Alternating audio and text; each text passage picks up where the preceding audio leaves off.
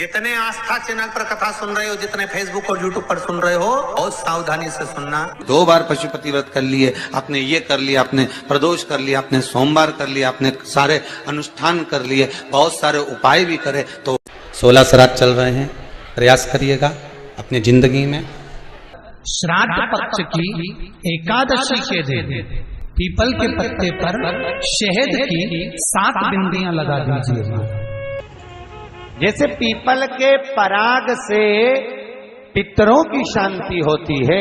पराग जानते हो पीपल के पेड़ के नीचे कभी बैठ के देखना। आप लोग अगर बैठे हो तो थोड़ा थोड़ा पानी झड़ता रहता है, अपने आप हल्का हल्का सा पानी झड़ता है। कभी महसूस करा है आप लोगों ने?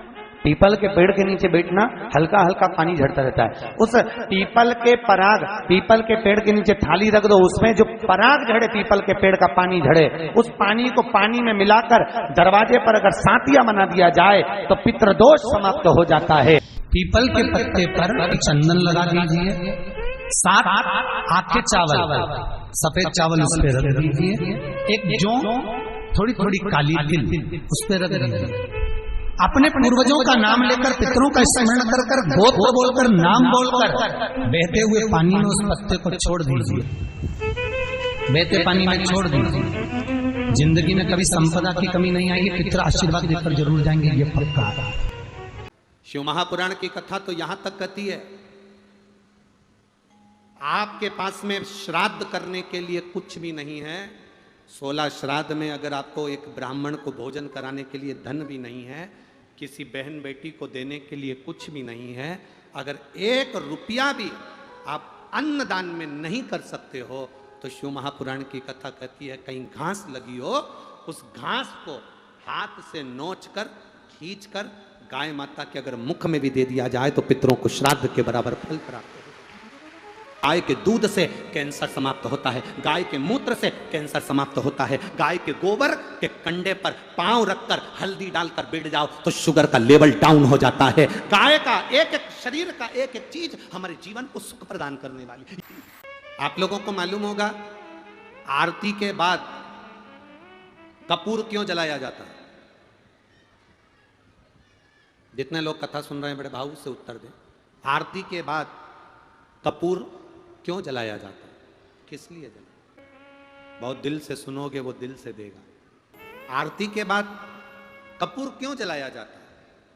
शिव महापुराण की कथा कहती है आरती होने के बाद मंदिर, देवालय, शिवालय, पूजन, कथा, सत्संग में कपूर जलाने का एक कार्य इसलिए है, कपूर अश्वमेध यज्ञ की पूर्ण आहुति का फल प्रदान करता है और हमें अश्वमेध यज्ञ का फल मिलता है, इसलिए कपूर को आरती के बाद जलाया जाता है। दुनिया में ऐसा कोई काम नहीं जो तुम नहीं कर सकते। ऐसा कोई काम नहीं जो तुम नहीं कर सकते। वशिष्ठ बाबा ने वर दे दिया, गाय के गोबर पर जो गाय का घी कंडा जलाकर छोड़ेगा, उसके पित्र, उसके देवता, उसके कुल देवी देवता उस पर कृपा करेंगे और उसका जीवन सार्थक करेंगे। दोष है, इसके लक्षण क्या है? घर में अशांति होना, घर में 4-5 लोग रह रहे हैं, जरा जरा सी बात में क्लेश हो, समझ लो पितृदोष। पितृदोष 1 रुपया कमा कर लाओ, 1.25 रुपये खर्च हो, खूब पैसा आए हाथ में दिखे ही नहीं, समझ लेना पितृदोष। 4 दिन दुकान अच्छी चले, बाकी के समय बैठना पड़े, समझ लेना पितृदोष। घर में बच्चे चिड़चिड़े हो जाए, गलत संगति में डूब जाए, समझ लो चिड़चिड़ हो रहे हैं, पितृदोष। घर के बच्चे माता पिता का आदर न करें, सम्मान न करें, तेज आवाज में बात करें, समझ लो पितृदोष।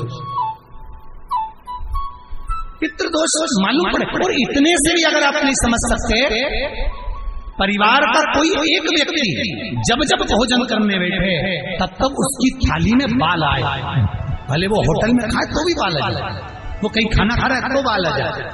8-15 दिन में, 4 दिन में, 3 दिन में, 2 दिन में, 6 दिन में आपकी थाली के भोजन में अगर बाल निकल रहा है, केश निकल रहा है, समझ लेना कि पितृ आपसे कुछ मांग रहे हैं, पितृ आपसे कुछ चाहते हैं।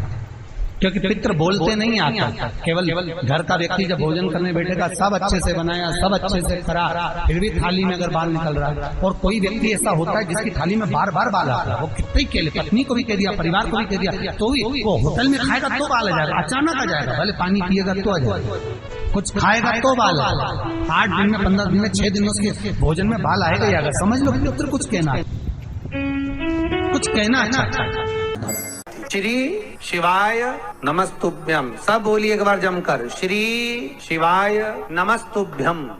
प्रैक्टिकल जरूर करना, कहीं सियोर वाला महाराज झूठ तो नहीं बोल रहा। शास्त्रों की बातें हमारे जीवन में हमें सुख प्रदान करे, इसलिए इस भाव का आनंद करते हुए आज की कथा को विराम देते हैं। श्री शिवाय नमस्तुभ्यम। मेरे चैनल को सब्सक्राइब करें, बेल आइकन प्रेस करें, जिससे कि आपको लेटेस्ट वीडियो की नोटिफिकेशन मिल जाएगी।